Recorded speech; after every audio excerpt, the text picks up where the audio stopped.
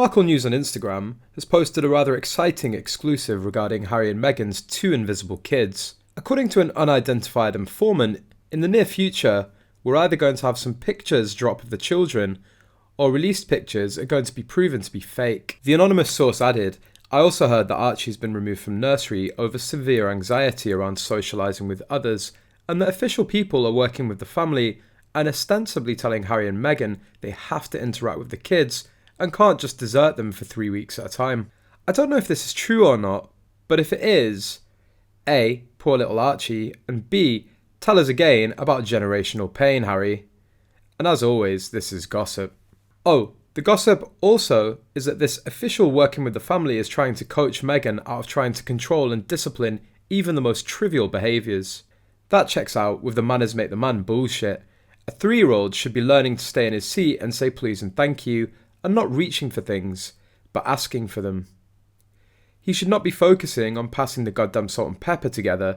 In fact, asking a 3-year-old to pass something is asking for a spill. The source continued, "He's supposedly highly anxious to the point that he's not socially thriving and seems stunted in what he's able to learn, just because he's so beset by anxiety."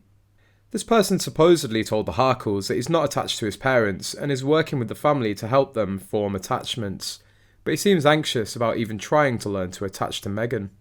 Royal watchers all feel sorry for the children. One person wrote on Instagram, "If we look at the video of Meghan holding Archie, you can see that she wasn't connected with his cues as well as uncomfortable trying to read the book. I've always said I feel sorry for these kids because they aren't getting what they need. It seems to be true, if this is to be believed, that they've truly isolated themselves and their children from any interpersonal relationships." Another commented, "I believe it 100%. We've seen evidence in every photo. In July pics, she was holding that little boy by the arm and giving him a lollipop. He never looked at her.